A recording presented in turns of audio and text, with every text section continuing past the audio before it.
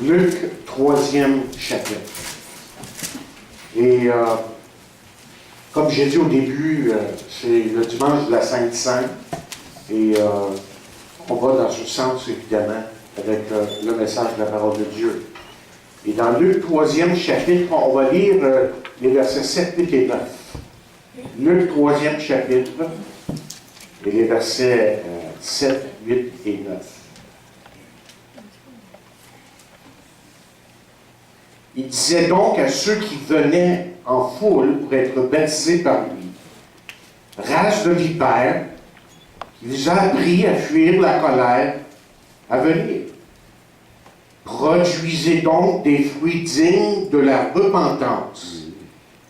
Et ne vous mettez pas à dire en vous-même, nous avons Abraham pour père. Car je vous déclare que de ces pierres, Dieu peut susciter des enfants à Abraham. Déjà même la cognée est mise à la racine des arbres, tout arbre donc qui ne produit pas de bons fruits sera coupé et jeté au feu. Si vous voulez, nous allons nous courber dans un mot de prière et demander à Dieu de vraiment bénir sa parole. Encore une fois, notre Dieu, nous sommes devant toi parce que nous savons que ta parole d'abord est la vérité, que ta parole nous donne tout ce dont nous avons besoin pour glorifier ton nom, pour te donner la gloire et l'honneur qui te revient, pas seulement par nos paroles, mais aussi par nos gestes. Et Seigneur, nous te remercions pour ce privilège, parce que c'est un privilège que nous avons d'entendre ta parole, mais aussi de répondre aux interpellations de ton Saint-Esprit qui œuvre dans nos vies. Et maintenant, Seigneur, emmène-nous à toi, ramène-nous à toi aussi, afin que nous puissions t'aimer et te glorifier. Amen.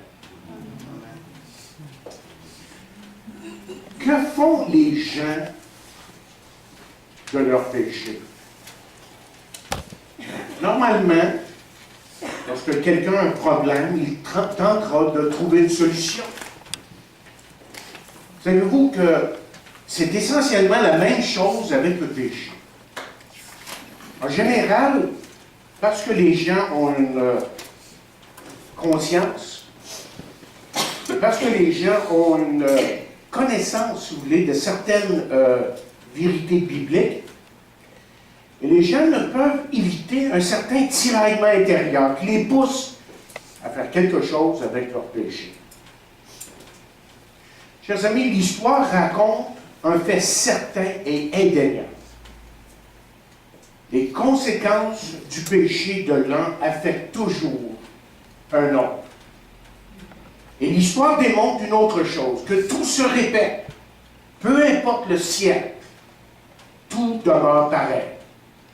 C'est-à-dire, les gens réagissent de la même façon face à leur péché. Voyons ce matin, justement, comment les gens réagissent face à leur péché. Puis posez-vous la question, qu'est-ce que je fais avec le péché dans ma vie? Est-ce la bonne chose? Alors, considérons ce que les gens font avec leur péché. La première chose que je dirais ce matin, c'est ceci. C'est que certaines personnes cachent leur péché. Nous lisons dans Genèse 3e chapitre, verset 9, « Mais l'Éternel Dieu appela l'homme et lui dit, « Où es-tu? » Il répondit, « J'ai entendu ta voix dans le jardin, et j'ai eu peur parce que je suis nu et je me suis caché. » Et en lisant ces versets, vous savez, il est très évident ici qu'Adam a essayé de cacher son péché. On connaît bien l'histoire. Et vous savez quoi? C'est probablement la première chose que les gens font de leur péché, avec leur péché. Ils essaient de le cacher. Et Adam a été confronté par Dieu concernant son péché. Sa réaction immédiate a été de cacher son péché. Et vous lisez ce récit et vous dites, plutôt stupide de la part d'Adam de tenter une telle chose. Et vous avez raison. Oui, mais qu'est-ce que vous faites, vous, avec votre péché? C'est ça la question sur Adam. Adam, dans ce chapitre, voyez, est comme vous et moi. Et oui, notre réaction est stupide et pourtant, nous persistons trop souvent dans notre voie, dans nos voies. Écoutez, si vous voulez un bon indice pour savoir si vous cachez quelque chose à Dieu, faites la chose suivante. Essayez de prier. Sentez-vous embarrassé, inconfortable face à Dieu? Sentez-vous que Dieu est distant, alors que vous tentez de lui parler, et il vous semble qu'il n'y a pas de réponse de sa part, parce qu'il y a trait à vos prières. C'est tellement enfantin comme agissement. Et vous dites, mais pourquoi est-ce que les gens agissent-ils ainsi? Et surtout, pourquoi est-ce que moi j'agis comme ça? Regardons de plus près la question ici. Essayons de voir pourquoi les gens cachent leurs péchés. Et la première raison serait celle-ci. C'est parce qu'ils réalisent que le péché est mal. Avez-vous déjà entendu parler de quelqu'un qui fait quelque chose de bien et qui en a honte? Non. Non. On a honte d'une mauvaise action et de ce qui pourrait avoir l'apparence du mal. Écoutez, il faut bien le comprendre et qu'on se le dise. Le péché offense Dieu, que ce soit le mensonge, que ce soit le vol, le meurtre, l'envie, la jalousie, la calomnie, la médisance, l'orgueil, et j'en passe. La Bible nous enseigne clairement que Dieu est saint, et un Dieu saint est le péché, et c'est tout à fait contraire de ce qu'il est, en tant que Dieu est. Et la deuxième raison pourquoi les gens cachent leur péché, c'est parce que les gens ont un sens de culpabilité. Adam, vous remarquez, a dit à Dieu, « J'ai eu peur. » Et voici maintenant un homme là, qui fait l'expérience de quelque chose qui est nouveau dans sa vie. La peur, la crainte. Il n'avait jamais connu ça jusque-là. Jusque-là, Adam n'avait jamais eu peur de quoi que ce soit dans sa vie. Il y a quelque chose qui a changé. Et pour la première fois, le péché avait fait son entrée dans l'histoire de l'homme et il a eu peur. Intéressant. Pourquoi? Parce qu'Adam s'est senti coupable ou, comme on a dit dans la réunion de jeunesse vendredi soir, il y a eu honte. Simplement. Écoutez, la Bible fait une déclaration fracassante. Je pense que j'en ai parlé dimanche soir passé. Lorsqu'elle dit « Prépare-toi à la rencontre de ton Dieu. » Et un jour, chacun de nous aurons à faire face à Dieu. Est-ce que vous avez peur de rencontrer Dieu? Si oui, c'est peut-être que vous avez quelque chose là, à régler avec lui. Quelque chose à vous faire pardonner. Encore une fois, pourquoi les gens cachent-ils leur péché? C'est parce que les gens ont peur que leur péché soit révélé, évidemment. Si on se réfère encore une fois au texte ici dans la Genèse, Adam dit à Dieu, « Parce que je suis nu. »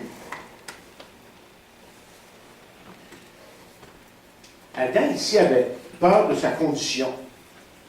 Et Adam n'a pas voulu que Dieu le découvre comme ça. Et vous savez, chers amis, il n'y a rien de plus terrible que d'être découvert. Et c'est parce que c'est ainsi que le jeu commence. Parce qu'on a peur d'être découvert. On cache son péché désespérément. Mais vous vous rappelez les paroles de Jésus lorsqu'il a dit ceci, dans Jean 3e chapitre. Il dit, « Les hommes ont préféré les ténèbres à la lumière parce que leurs œuvres étaient mauvaises. » Jean 3, verset 19. On raconte qu'une maman a demandé à son petit garçon d'aller semer des pois dans le jardin. Or, il commençait à semer des pois. Et ses amis sont venus lui demander pour jouer avec eux. Et le petit garçon s'est mis à penser, que puis-je faire pour plaire à ma mère tout en allant jouer avec mes amis? Alors, il a eu une idée. Il prit les pois, creusa un trou, les recouvra avec la terre et alla jouer avec ses amis. Il avait tout réglé. Personne ne l'a su jusqu'au moment où les pois ont commencé à pousser. Il pensait avoir bien caché ses pois, mais son péché a été découvert. Et chers amis, vous pouvez pour un certain temps, vous pouvez pour un certain temps cacher votre péché, mais tôt ou tard, il sera découvert. Et les conséquences, évidemment, peuvent être désastreuses et affecter d'autres. Alors, que font les gens avec leur péché? La première chose, c'est qu'ils essaient de cacher leur péché. C'est comme inné dans les gens, ça, de vouloir cacher leur péché. Mais la deuxième chose qu'on peut dire, c'est qu'il y a certaines personnes qui se vantent de leur péché. Il y a un verset, justement, dans Ésaïe 3e chapitre, verset 9, qui dit ceci, « L'aspect de leur visage témoigne contre eux. Et comme Sodome, excusez, ils publient leurs crimes sans dissimuler. Malheur à leur âme, car ils se préparent des maux, des problèmes. »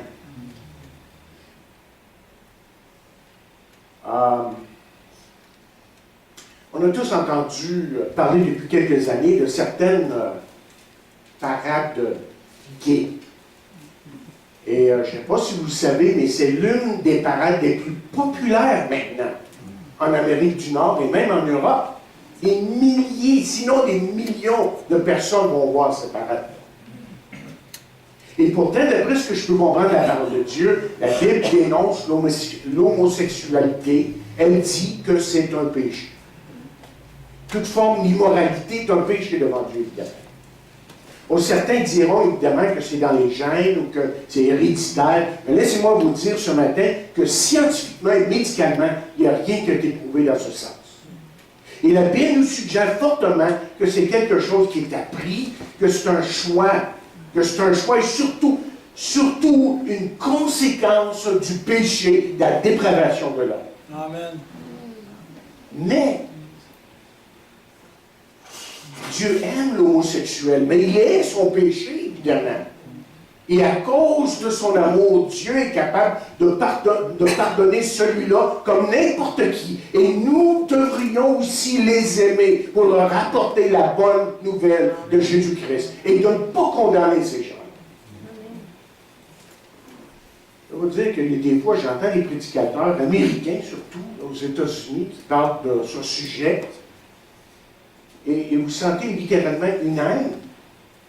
C'est terrible. Il ne parle pas juste contre le péché. Là. Il y a une haine. Et je pense qu'il faut se garder de ça. Mais d'aimer le pécheur et de l'emmener à la croix du calvaire et de prier que Dieu le change. Point la ligne. Et de laisser les résultats à Dieu. Amen. Parce que Jésus est mort sur la croix pour lui aussi, autant que n'importe quelle personne.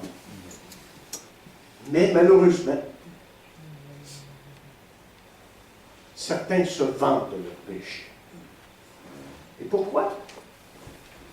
Je ne sais pas si vous voyez le pattern dans mon message. J'établis le fait, et ensuite pourquoi. Okay? À chaque point. Alors pourquoi? Pourquoi est-ce qu'on se vante de son péché? Mais d'abord, c'est une méthode de défense. Ils savent que leur péché est dévoilé, alors pourquoi le cacher? Et ces gens ont le sentiment qu'ils doivent à tout prix se défendre. Alors, ce qu'on voit de plus en plus autour de nous, Certains psychologues très sophistiqués, je ne sais pas si vous l'avez remarqué, certains psychologues très sophistiqués choisissent les meilleures heures d'écoute à la radio pour émettre leur point de vue concernant le sujet. Et c'est incroyable comment que toutes les formes d'immoralité, presque, peut-être pas toutes, là, de ce que la Bible appelle à immoralité, à 98% la radio, ah, pas de problème, ben oui, on fait ça, puis c'est normal. Et que aussitôt que quelqu'un dit, ben écoutez, peut-être qu'il faudrait penser autrement. Ah, ben là, t'es un homophobe, puis t'es un ci, puis t'es un ça. Bon. Vous comprenez ce que je suis en train de dire ici? Il y a ce besoin de se défendre parce qu'ils savent consciemment que leur mode de vie n'est pas acceptable pour un bon nombre de personnes dans la société et surtout devant Dieu. C'est une mode de défense, une méthode de défense, excusez. Mais c'est aussi pour attirer l'attention. Pour certains, on fait les choses seulement pour se faire remarquer. Émotionnellement, pour n'importe qui, c'est difficile de se faire mettre à part des autres. Troisièmement, qu'est-ce que les gens font avec leur péché? Et puis, troisièmement, certaines personnes veulent nier leur péché. C'est la troisième réaction. Et dans Genèse 18, voici ce qu'on dit concernant Sarah. Sarah mentit en disant « Je n'ai pas ri ». Car elle eut peur, dit la Bible ici. Mais il dit, l'ange de l'Éternel, au contraire, tu as ri. Vous savez, un enfant aura cette tendance, mais même s'il est pris en flagrant délit. Mais il semble que certains adultes agissent trop souvent de la même façon. Seulement, ils le font d'une façon un peu plus sophistiquée. Pourquoi est-ce que les gens ont tendance à nier leur péché? Et la première raison que j'ai trouvée en préparant cette étude, c'est parce qu'ils veulent nous dire qu'ils ne peuvent pécher. Il y a un certain groupe qui enseigne qu'il est possible d'arriver à la perfection sur cette terre sans péché, qu'on arrivera très certainement, même dans notre vécu ici sur cette terre, à ne plus pécher. Wesley avait cette tendance-là, John Wesley.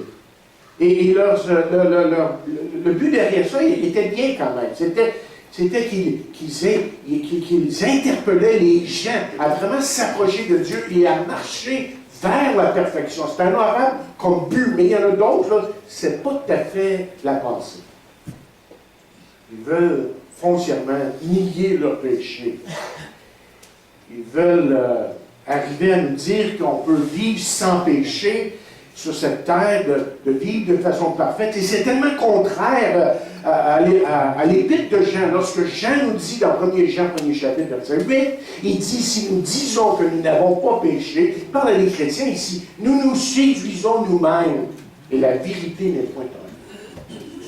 Et même Paul, un homme de Dieu qui cherchait la face de Dieu continuellement, mais régulièrement, tous les jours, à chaque moment, qu'est-ce qu'il dit? Il dit, ce n'est pas que j'ai déjà remporté le prix ou que j'ai déjà atteint la perfection, mais je cours pour tâcher de le saisir, puisque moi aussi j'ai été saisi par Jésus-Christ.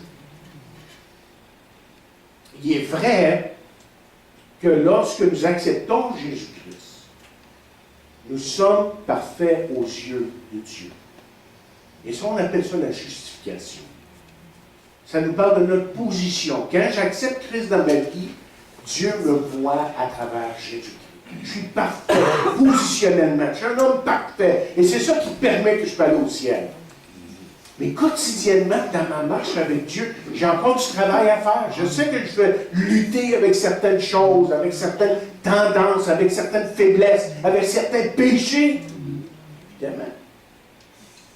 La Bible m'encourage de m'éloigner du péché, de tout péché, en fait, qui pourrait justement briser ma communion avec Dieu. Mais pourquoi est-ce qu'on nie le péché pour certains? Parce qu'ils veulent nier que certaines choses sont péché. Amen. Ils veulent nier que certaines choses sont péchées. Et nous vivons de plus en plus dans une société dite moderne, et notre société, sans vouloir nous dire que certaines choses ne sont plus péchées. Parce que nous vivons dans des temps modernes, plus évolués. Et surtout, il y a cette idée que puisque tous le font, ou que maintenant c'est rendu socialement acceptable, que maintenant ce n'est plus péché. Vous savez ce qui est tragique dans cette façon de penser-là? C'est que de plus en plus, ça rentre dans l'Église. Amen. Ça rentre dans l'Église. Amen, amen. Tranquillement, ça rentre dans l'Église. Et les gens disent, ah, c'est pas trop sans faire avec ces choses-là. Mentalité est présente même dans l'Église aujourd'hui. Et c'est pour ça que nous vivons, vous voyez, de plus en plus dans une société qui est littéralement confuse. Une société qui s'est tellement éloignée de Dieu que maintenant, on se crée ses propres règles. Et si vous comprenez le moindrement la parole de Dieu, vous saisissez la pensée de Dieu dans sa parole, vous savez très bien que Dieu ne change pas. Et vous savez très bien qu'aux yeux de Dieu, ce qui était immoral et péché il y a 4000 ans, ça demeure péché aujourd'hui. Ça ne change pas, ça. Mais certains veulent nier l'éternel de péché. Ce que les gens font avec leur péché, il y a une autre chose aussi qu'ils font. Quatrièmement, certaines personnes nourrissent leur péché. Il y a des gens qui nourrissent leur péché. Et c'est pour ça que nous lisons dans le psaume 64, verset 5, ces paroles, il dit, « Ils se fortifient dans leur méchanceté. Ils se concertent pour tendre les pièges. Ils disent, qui les verra? Qu'est-ce qui va découvrir nos péchés? » Et ces gens voient que le péché est souvent très agréable. Et il faut comprendre que le péché, ça peut être le fun. Certaines choses. On pourrait vous décrire.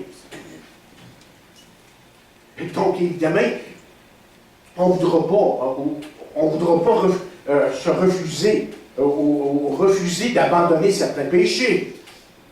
Et chaque jour, c'est comme si on ajoute un nouveau maillon à la chaîne de son péché. Et justement, j'ai lu cette histoire il y a quelque temps, qu'un forgeron qui a reçu l'ordre un jour de faire une chaîne très forte.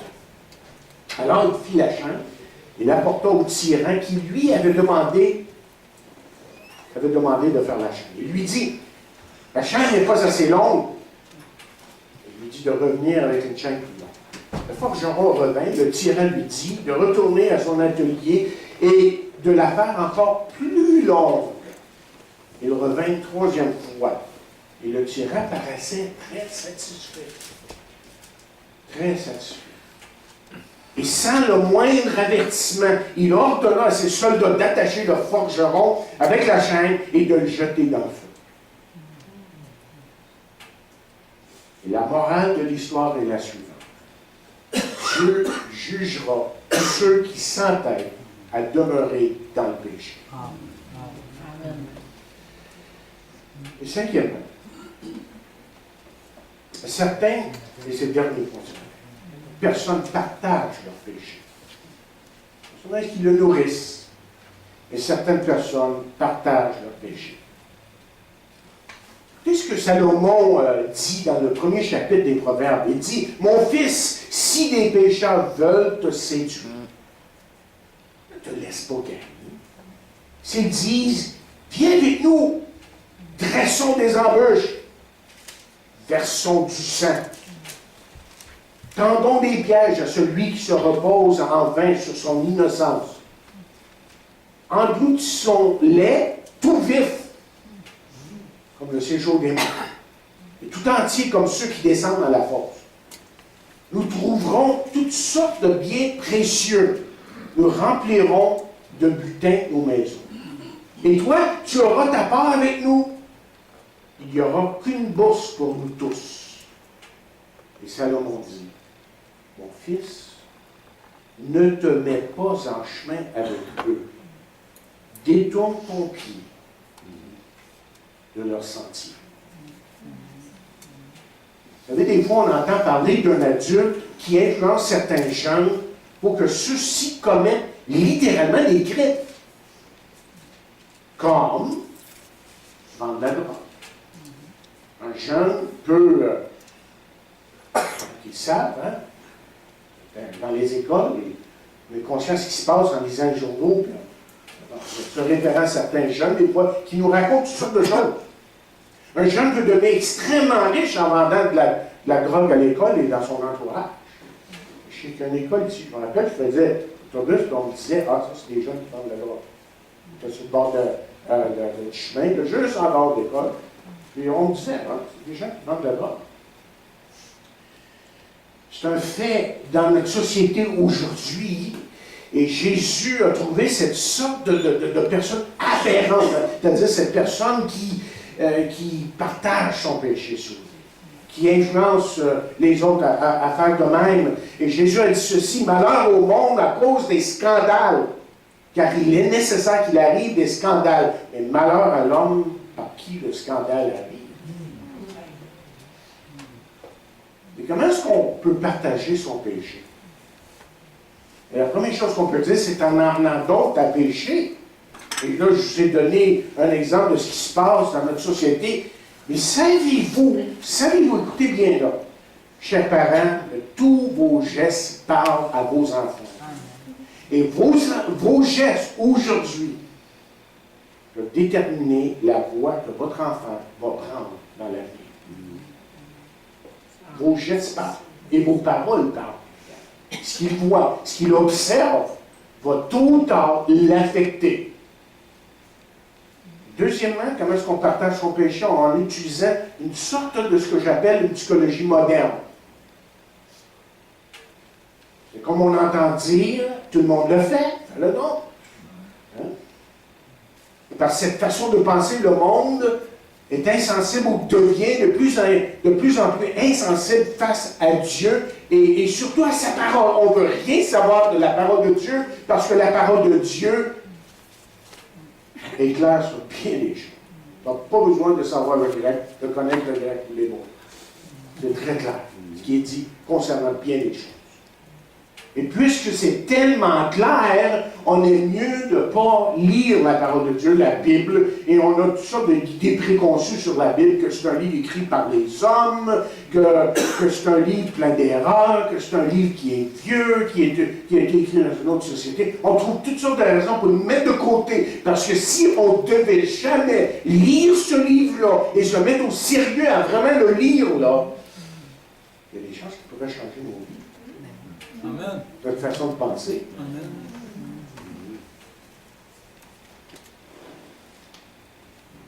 Mais ça, c'est notre société.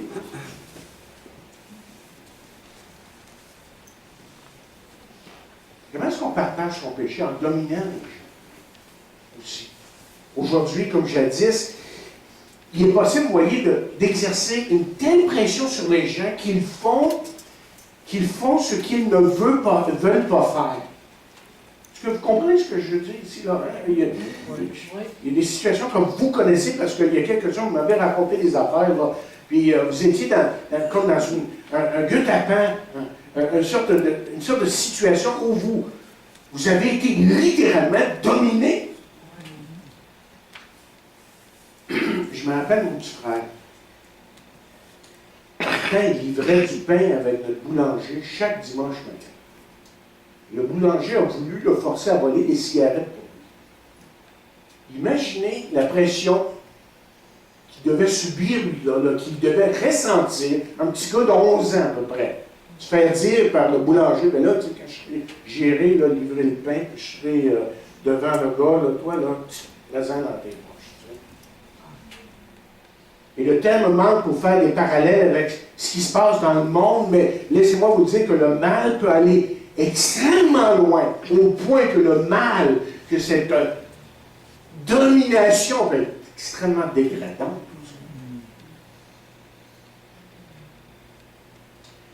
OK, donc on va aller vers quelque chose qui est plus positif. donner le portrait noir. Donc, il faut aller quelque chose de plus positif. Parce que là, ce qu'on veut voir, pour terminer, c'est qu'est-ce qu'on devrait vraiment faire avec nos péchés. Et vous et moi, devant Dieu ce matin et devant la table du Seigneur, on veut faire ce qui est correct en ce qui a trait à nos péchés, avec nos péchés. Parce que veut pas, nous sommes des pécheurs, mais sauvés par grâce. C'est ce qu'on doit faire. Et la première chose qui est évidente, que vous savez pour la plupart, c'est qu'on devrait confesser nos péchés. Et quand on dit confesser, là, vous savez ce que ce mot veut dire dans le grec. Hein? Ça veut dire d'être en accord avec Dieu. Quand Dieu me montre quelque chose, je devrais dire, Seigneur, merci de me l'avoir montré. Et là, je veux tout simplement te le confesser, me l'admettre, te le remettre et croire que maintenant tu me laves de tout ce péché qui veut tellement, mais qui veut tellement prendre contrôle de ma vie. Et pourquoi est-ce que c'est important de confesser nos péchés? Parce que, chers amis, c'est la seule chose correcte et honnête à faire avec son péché. Vous vous rappelez que Jésus a été extrêmement dur avec les religieux de son temps, hein, les pharisiens, les scribes, les sadducéens, à cause de leur hypocrisie. Autrement dit, ces gens-là savaient mieux. C'est ça que ça veut dire. Et ces gens se cachaient derrière leur religion et leur tradition. Et vous savez que ça peut arriver, ça, aujourd'hui encore. Ça peut arriver pour chacun de nous. Après tout, on est une église évangélique, une église biblique. Donc, il y a des choses qu'on ne fait pas, nous autres, à avouer.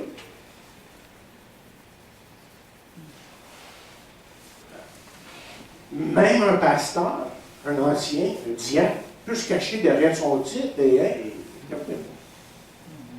Je suis bien et saint et juste et tout le reste.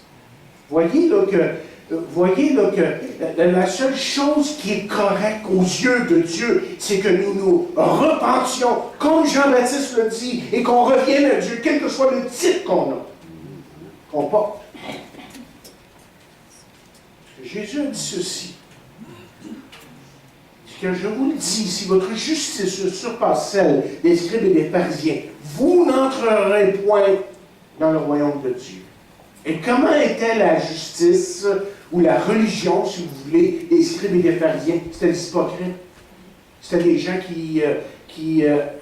leur foi était artificielle et c'était une foi juste d'apparence. Et parfois, si on ne fait pas attention, on tombe, dans ce piège. C'est toute apparence et rien d'autre. Ça, c'est le danger pour nous. On est évangéliques, on est baptistes, on est pentecôtistes, les is que vous voulez. OK? Les autres, on prêche la parole. Les autres, on est bien. Le danger, c'est que ça vient juste une affaire d'apparence, ça prend du temps. Il n'y a plus de réalité, Dieu n'est plus à l'œuvre, et on chante les beaux cantiques, on fait les belles prières, on prêche les belles prédications, on fait tout ce qui est correct, mais sans la réalité de la présence de Dieu. Bien des gens se cachent derrière, on pourrait dire, leur religion. Ils pensent que leur religion peut les sauver. Ils pensent que s'ils sont dans une église évangélique, catholique ou protestante, qu'ils sont assurés de leur salut. Il n'y a rien de plus mensonger ou c'est un mot, mensonger, en tout cas, de plus menteur, de plus incorrect, de plus faux que ça. Parce que vous voyez, Jésus est exclusif. Jésus n'est pas exclusif à une religion. Jésus est exclusif pour celui qui le reconnaît comme son sauveur, comme son Seigneur. Seulement. Pourquoi est-ce qu'on doit confesser nos péchés? Parce que deuxièmement, c'est la chose sage à faire. Je l'ai dit, mais je le répète encore. On aura tous à faire face à Dieu un jour. Et si ça ne serait pas le cas, là, vous savez quoi? Et pour la première fois, on aura trouvé une vérité dans la parole de Dieu qui est mensongère. Et là, on parle d'une vérité capitale, principale dans la parole de Dieu qui n'est pas vraie. Pensez-y pour un instant, est-ce possible? Et la Bible nous dit que pour les uns, ils le verront comme leur sauveur. Mais pour d'autres, ça sera comme juge pour être condamné. Ça, c'est les réalités que la Bible nous présente. Et aujourd'hui, évidemment, on vit dans une société, voyons donc. Allez dire ça sur la rue à des gens qui ne connaissent pas l'Évangile. On va se moquer de ça. Évident. Ça n'a aucun sens pour l'homme qui n'a pas été transformé, régénéré, en qui Dieu n'a pas parlé. Aujourd'hui, beaucoup de gens se moquent de ces paroles et trouvent une façon, par exemple, pour dire ceci. Ah, vous savez, ce n'est pas vraiment ce qui est dit dans la parole de Dieu, mais plutôt, nous serons tous éventuellement sauvés. C'est ce qu'on appelle l'universalisme.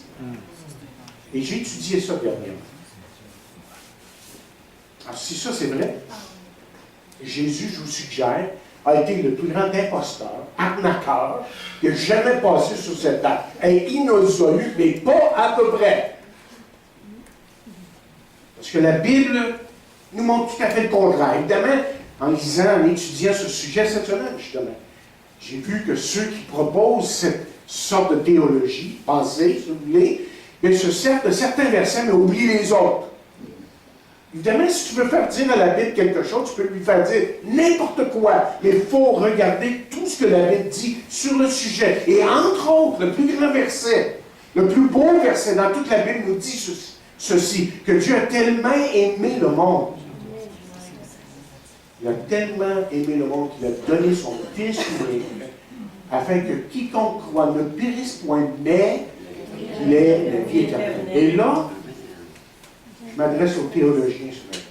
Je vais juste vous faire remarquer quelque chose dans ce verset que j'ai découvert cette semaine. Afin qu'il ne périsse point, mais qu'il ait la vie éternelle.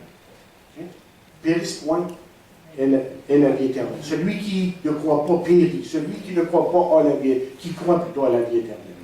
Alors, certains vont nous dire, et là, c'est juste un petit à côté de mon message, certains vont nous dire, oui, mais ils vont périr, mais pour un temps. Ils vont comme subir une punition pour un certain temps. Après ça, ils vont comprendre et ils vont aller au ciel.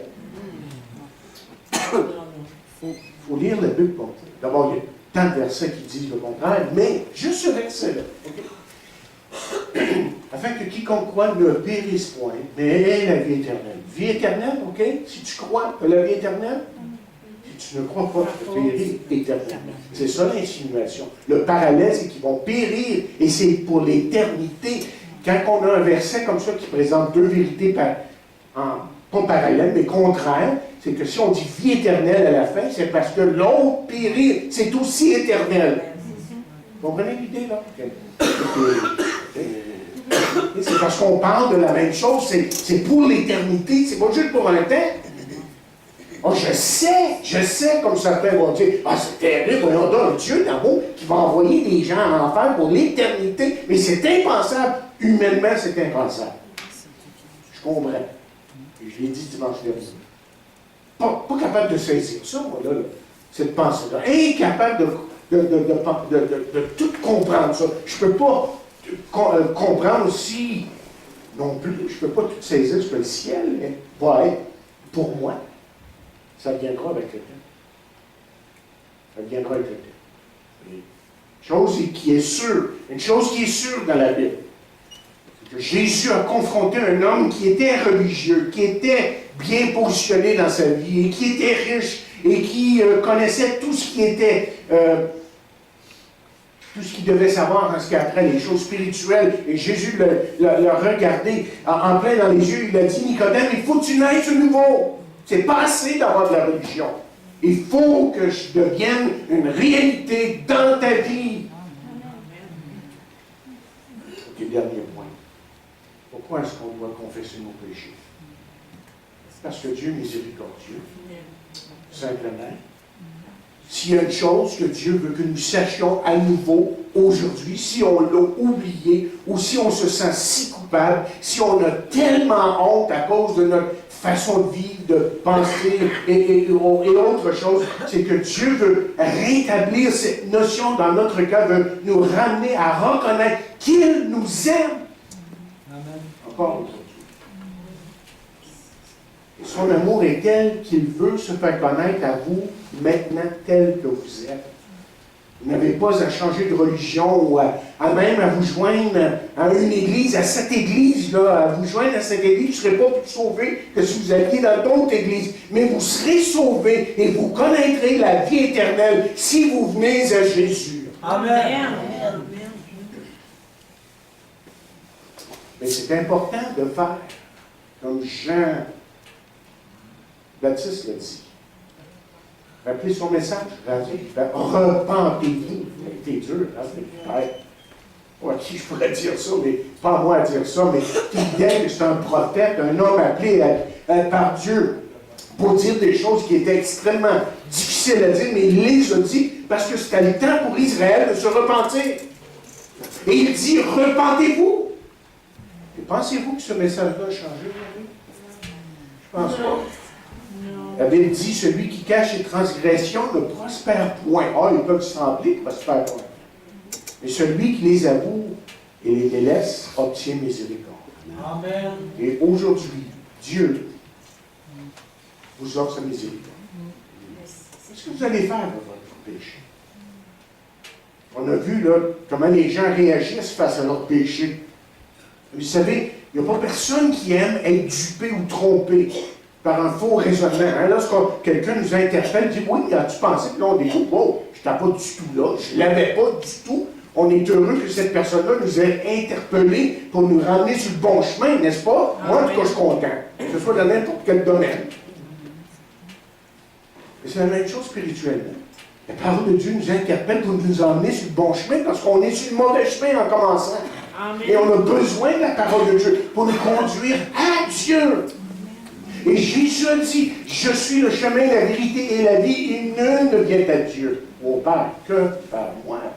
Il dit, venez à moi, vous tous qui êtes fatigués et chargés, et je vous donnerai du repos. Et vous avez besoin de ce repos-là. Ou peut-être que vous connaissez Jésus depuis pas longtemps, vous connaissez l'Évangile, mais en fait, vous n'avez pas la paix. Et c'est de cette paix-là que Dieu veut vous donner, donc je vous parle ce matin. Et en nous présentant un petit peu plus tard devant la table, nous allons réellement nous approcher de lui et reconnaître que tout ce dont il a, tous ces trésors célestes sont pour nous si nous venons à lui de tout notre cœur.